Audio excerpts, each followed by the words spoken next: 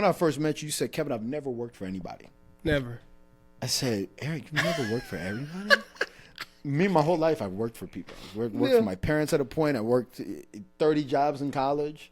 I'm a serial work for somebody type guy. And this is after college. I had work study and stuff like that. Of course, but like my adult life, just the real work. Yeah, you've never worked for anybody, and you're here alive and well. And I'm like, wow, that you're a walking entrepreneurial testimony, in my opinion. It's my 10 years this year. There you go. And so I'm like, okay, I saw how you couldn't work for anybody doing what you're doing prior.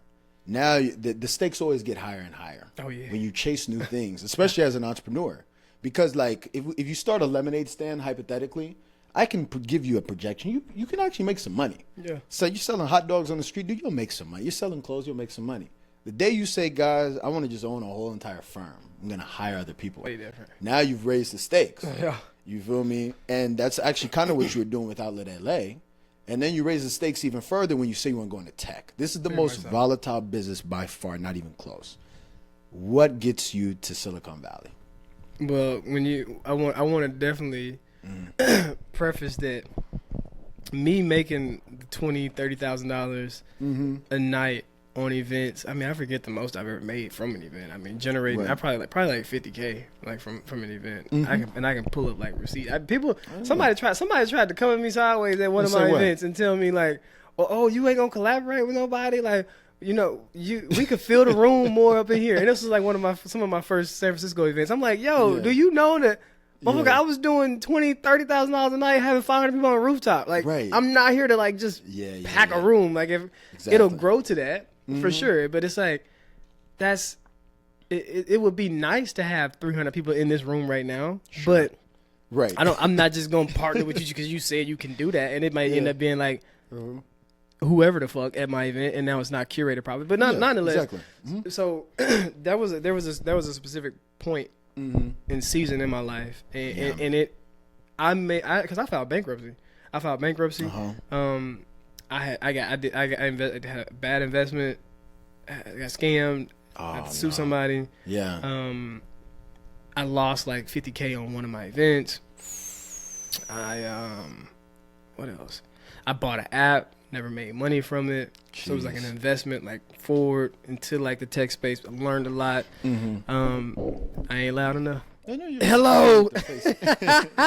And so for like a good 2.5 years, I was doing really, really good. But in the beginning of that, there were moments when I was like, dang, I shouldn't even be doing events. Like I didn't meet the food and beverage minimum very early on. It was just $500 that I had to pay, and I had a credit card. I had to swipe. And I'm like, that's all I got.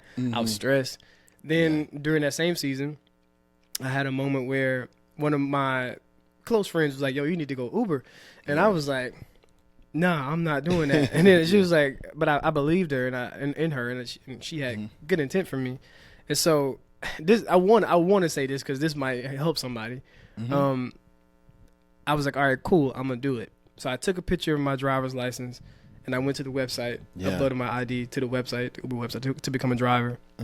And then I went down to my car, opened my glove compartment, and I hit a fork in the road moment where it's up to me to choose my destiny. My insurance was outdated. And so in that moment, you can either choose, let me go get my insurance updated so I can pursue this Uber shit, or you can say, oh, this is my sign that I'm not supposed to be doing that. I need to keep on my journey no matter, even though I have nothing tangibly to show that it's worth continuing.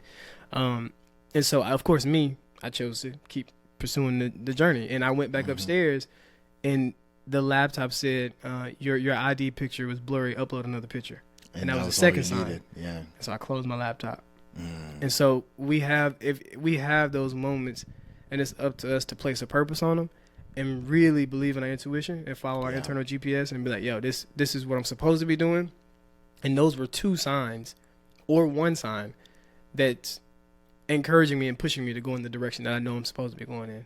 Outside of what anybody else is saying or recommending based on their external like opinions and what they're seeing, what they feel is, because these are people that work 9 to 5 most of the time. Of course, they're telling you to do that. Yeah. But yeah, I had those moments, and then I had the moments of really good seasons, and then I lost all that money, did all that shit, and got scammed, and then I was on a decline, and on that decline, as a plane was crashing or falling, you're trying to figure out what you're gonna do. I jumped out the plane. I'm like, I'm about to jump out of the plane and try to get in the tech plane and go up on that. Yeah. And I kept going down. Oh, wow. And then the plane crashed, and I filed bankruptcy. And in the middle of bankruptcy, I'm still betting. I'm like you said, risk taking. Risk appetite. My appetite is I am hungry. I am starving. So I kept taking risks. I kept trying to figure it out. I broke my lease. I moved to San Francisco without enough money to move to San Francisco. Yeah. Same way I moved from Arkansas to LA. So it's when I feel moved to move, I'm gonna move.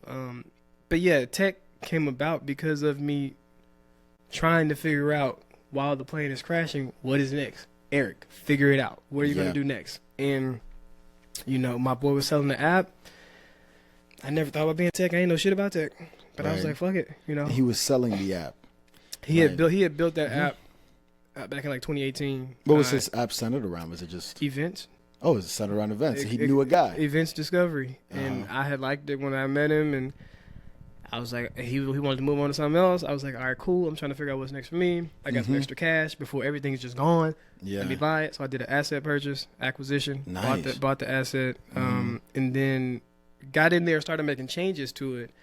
And then just not having the right team and stuff like that, right kind of people. Right now, actually, I got somebody from Google working on it to get it launched again because it's needed. Experience discovery is very fragmented. When you come to SF or Oakland, wherever, LA, you're like, where do I go? There's no centralized like space where it's like these are really curated listings of events that or hotels or cocktail bars you could go to. So that's what ETA is, and that's how I got into tech, man. Like just on a whim, just like flipping over rocks. That's the true story of a real founder, in my opinion, because I think a lot of people want to be founders for the idea of what it means to be one, but usually the best ones are people who stumbled upon their ideas through some sort of revelation. So it's really interesting to hear you go about that. And so you move here. What's your impression so far since you've been in it? I love it. Yeah. I love it. Yeah, I love it. I love the journey of one, proving people wrong. Of course. And at the same time with that too, it's funny, bro. Like when I move somewhere, I make sure I'm set up properly. Like I told you to make that post, and I had that post go viral, and then people you helped me. Yeah, that's how I got my place. Yeah, people hit me up like it was crazy. So having a social media following, having a personal brand, and being vulnerable enough to share your story publicly. Like storytelling, and it's just like a TV. Tell a vision. They're gonna tell you a certain vision, whatever is in that screen. They curated that for like whatever you're consuming. It's like, so me, I can do the same thing. I don't have to tell you everything about my journey, my life, but I'm very transparent, and so storytelling really got me here, and then laid a good foundation for me. And then since being here, it's we can be planted in the wrong environment. So if you put a cactus in the rainforest, that thing gonna die. So it's like, if you got to be planted in the right place. So I feel like this is fertile soil for the seeds that I've been, given to plant. Absolutely. And I feel like people don't plant during the drought, so they don't got harvest to reap during the, during the rainfall. Yeah. So you got to plant during the drought too.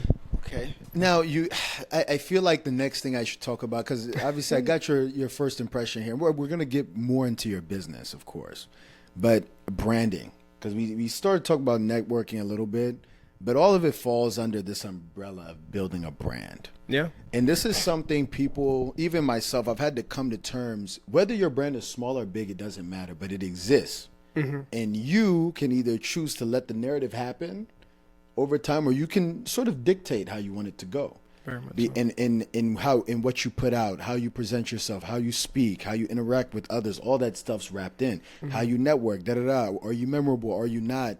You're someone who's built a pretty big brand. Yeah, any brand I've built is big. Yeah, you've built a pretty big brand from even the time I've met you. And it's funny because I'm noticing about your brand, it's based off vulnerability.